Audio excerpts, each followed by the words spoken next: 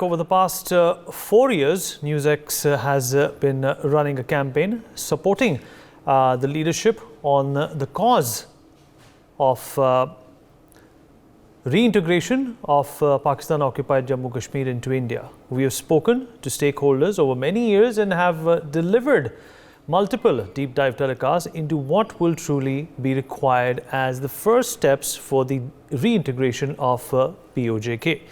We take the next half an hour to discuss the different aspects of the plan created by NewsX in detail with stakeholders once again. Joining me on the platform to talk more about this is Sumit Peer, political commentator. Also with us on the show is Mr. Rajiv Chunni, chairman of SOS International Organization for PoK Displaced People.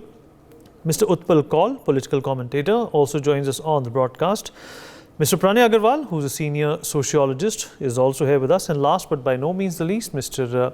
Ashwani Dubey, also joining us on the program. Professor Madhav Nalapat also joins us on the program. He's the editorial director for the Sunday Guardian. A number of moves, Professor Nalapat, that we've been advocating for the better part of the last 3 years. Some of them also talk about Gilgit-Baltistan and how ensuring seats for them. Some of those points are also being flashed on our screens. These are moves that we are recommending that can be implemented to make sure that this exercise is fruitful as well as efficacious for the displaced people, the millions of displaced people of PoJK.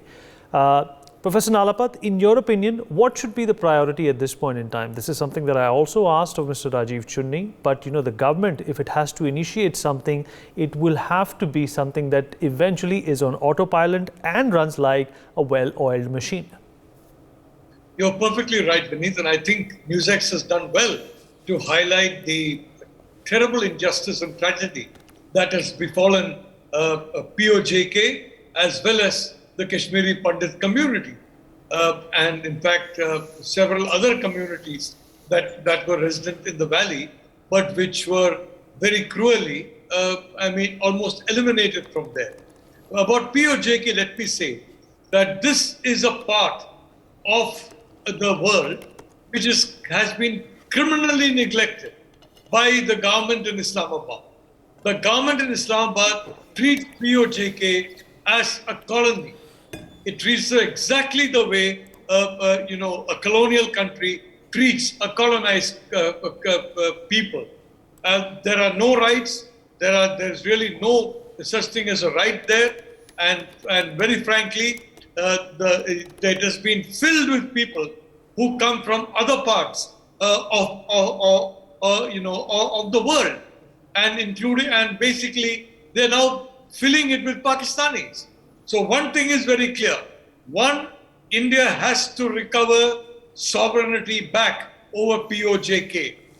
And we have to be very cautious to ensure that where sovereignty has not been recovered, we should ensure that we should not make the mistake that was made in the past when Sheikh Abdullah was running the situation as the quote-unquote Prime Minister of Jammu and Kashmir, in which a whole number of people from Pakistan shifted to Kashmir.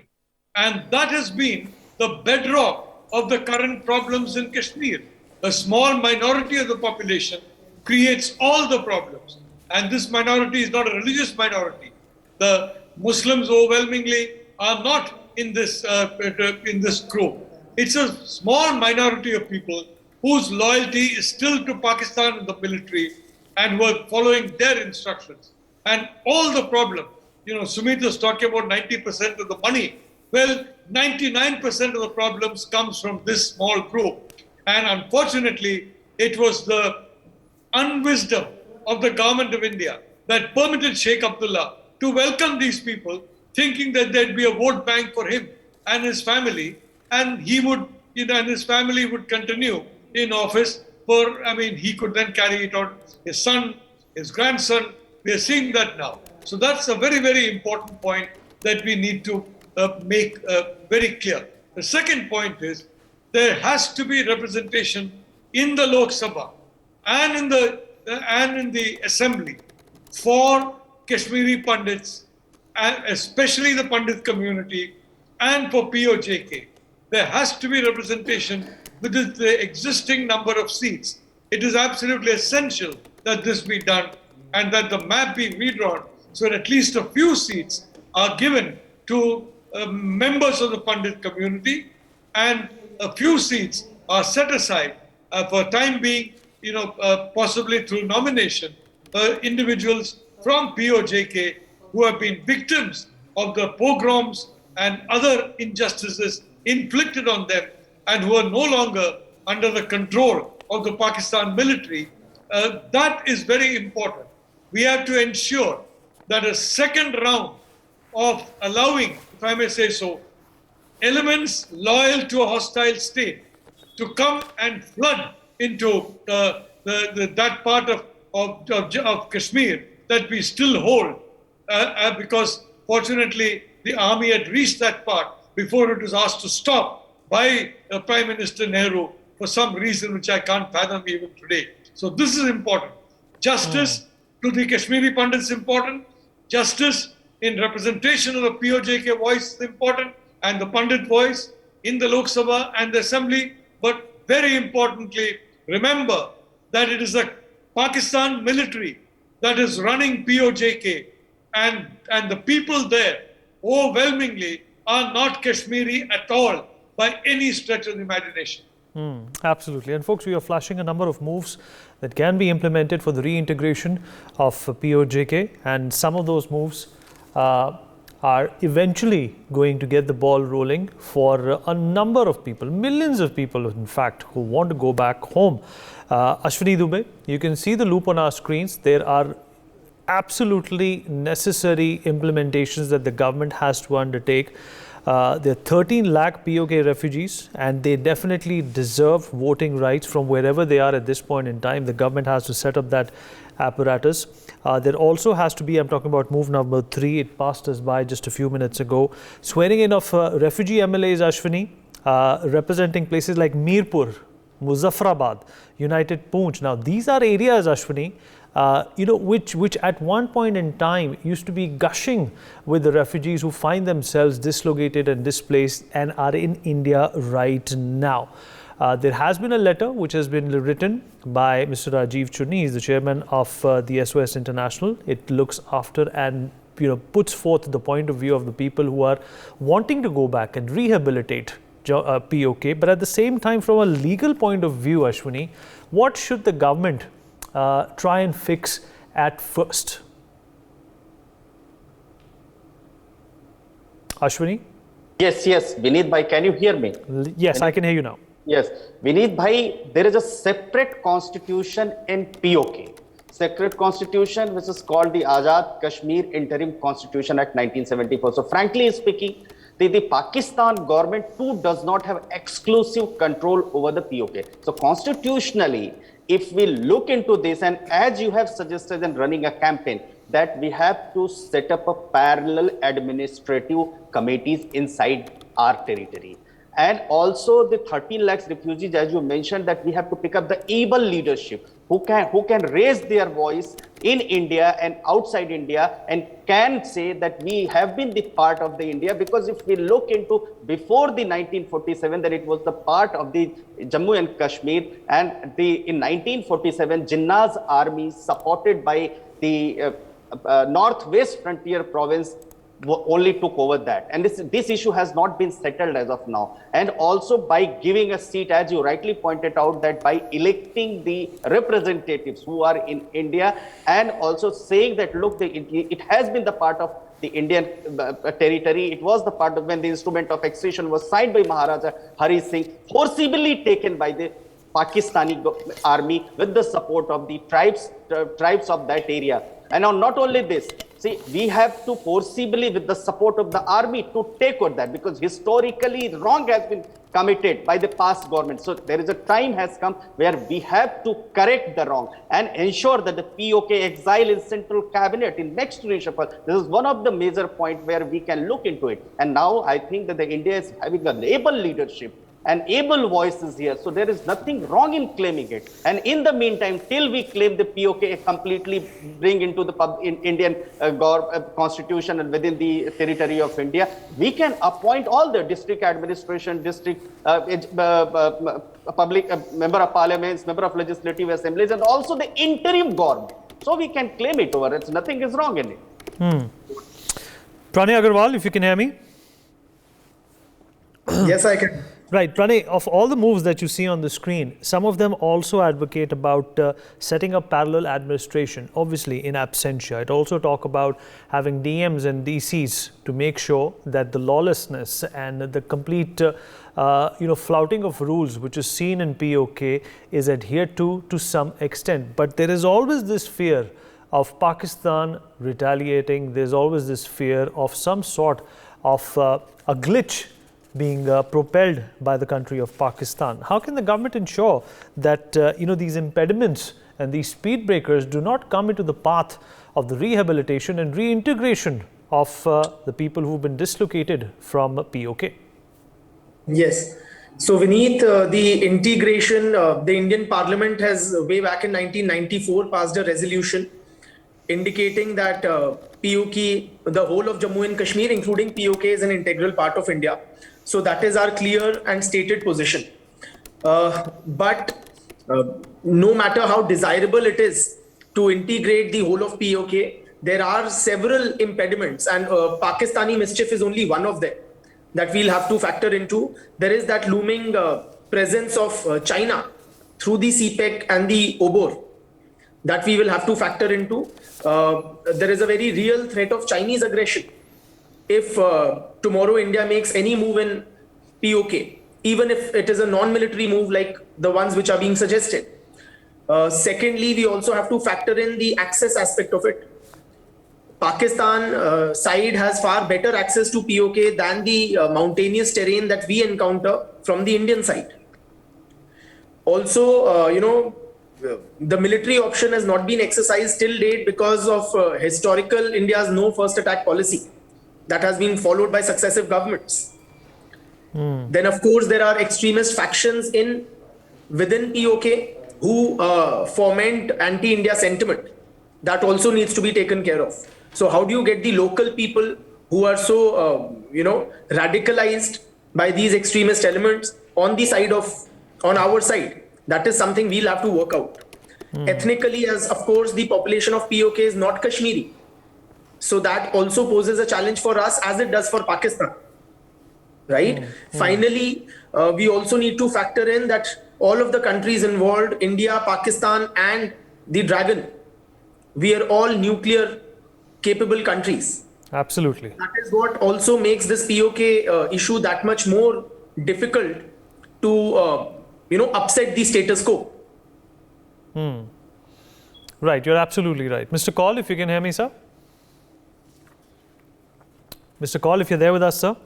Yes, I am with you. Right. So first up, the plan that you see on your screen is not only inclusive, it's profound, and it's a visionary plan. It talks about it's not just a plan that we are talking about here, Mr. Kaul. We are talking about respectability to be restored. We are talking about integrity to be restored. We are talking about the courts and the judicial system and the pillars of democracy to come forth and support our brothers and sisters who are dislocated and are disseminated and spread across the world.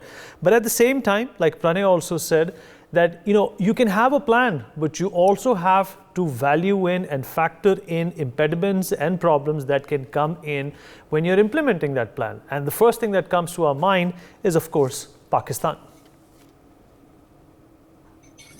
Pakistan is an illegal occupier of PoJK Ladakh.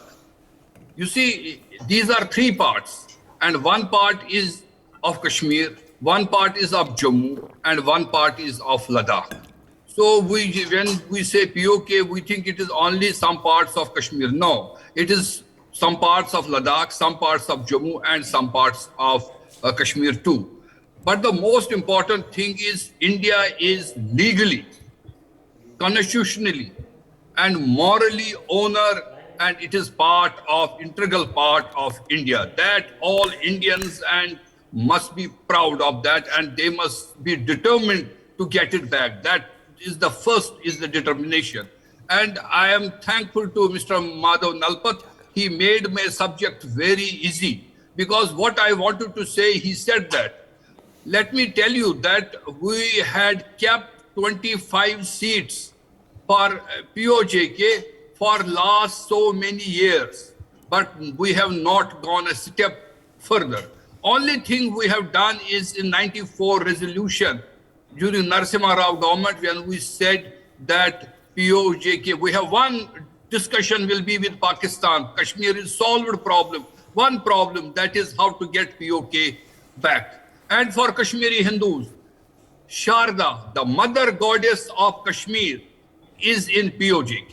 It is Sharda. So we want as soon as that this should be with India. But at the same time that we have to go step by step. Let me tell you, I met delimitation commission 2 times, and I had with full commission with its chairman 2 hours discussion 2-3 times, and I tried to explain how important it is to get representation in parliament, in Jammu Kashmir Assembly for PoJK people and for Kashmiri Pandits. And even we mentioned further when a Sikh also one Sikh should be also in that, and one woman should be also that. But the most important thing is that there should be voice in Indian Parliament of those original people who are from Kashmir, who are for thousands of years living in Kashmir. Their voice should be heard from Indian Parliament, and they should be properly heard at the in Jammu and Kashmir Assembly. I give you see what is the condition, how PoK, it is just a colony of Pakistan and Pakistani army. There are only 73 hospitals, all our PoJK Ladakh, there are only 73 hospitals. And in India, we have 5, in India, Jammu and Kashmir, we have 5,400 hospitals. And same is about the universities, same is about the schools, same is about the metal road. So if our brothers, I am looking forward, see these my brothers doing same type of progress which Kashmiris and Jammu people and Ladakhis are doing in this part. See the tragedy, there is a place called Dahunu, and in Dahunu in Ladakh, there are 4 villages. And when this ceasefire took place, 1 village went to that side and 3 villages are there. And one morning, one Maulvi came and converted all the villagers Buddhists. But those villagers have still kept the tradition of Buddhism there. They are Muslims now, but they have kept their culture and their identity, what they were doing for hundreds of years in Dahunu. So it's a great tragedy. We need all brothers together. They are our brothers, and I want as soon as Indian government take a step by step. Yes, there will be, I agree with my friends here, there is a China factor, there is a Pakistan factor, and Pakistan is an artificial country. It won't remain for many years. It may take some more time, that not only PoJK, but there are other areas of Pakistan that will be part of India soon. Thank you. All right, Professor Nalapat, Pranay as well as Mr. Kaul, both have mentioned China as well in this particular situation. How do you think China is going to factor in when India decides to make all these moves? Well, I'd like to say, that the Chinese constitution is one of the most free and liberal constitutions in the world. The Soviet constitution of the time of Joseph Stalin was again a great document of freedom. And we all know situation under Stalin. We know situation in China under Xi Jinping. The constitution of PoK, frankly, is nothing but a scrap of waste paper. That location, that colonized people, is run by the Pakistan military. And more importantly, Muzaffarabad, it has been flooded with individuals who are not Kashmiri speaking at all. Once I was in New York, and there was a whole lot of so-called Kashmiri protesters against some Indian visitor. And I just checked around how many of them were Kashmiri speaking. Nobody was Kashmiri speaking. They were all speaking Urdu and Punjabi. No Kashmiri speaking people. That is the situation there. I'd like to say that I fully believe that India needs to recover PoJK. It is, and I fully agree also with my distinguished friends, PoK is no longer Pakistan occupied Kashmir. It is, PLA occupied Kashmir. The PLA has set up huge numbers of facilities there, but it will be possible for India to do so, including, as Mr. Kaul correctly says, by standing up for liberty, freedom and justice for all the oppressed people of Pakistan, whether they are Baloch, whether they are Sindhi, wherever the minorities almost nowhere in the picture, whether they are Pashtuns, India should stand up for them and frankly give moral and material support to them. Pakistan claims it is giving moral and material support to a handful of fanatics here. We need to give moral and material support not to a handful, but to the overwhelming majority of the population of Pakistan that is stifled by what Pakistan has become. All right. Well, we've been able to garner some great points. We've also been able to get some good reactions to the moves and the suggestions we have made to the government in making sure that the reintegration of PoJK is not only complete, but it happens as soon as possible. For more such videos, subscribe to the NewsX YouTube channel, hit the bell icon.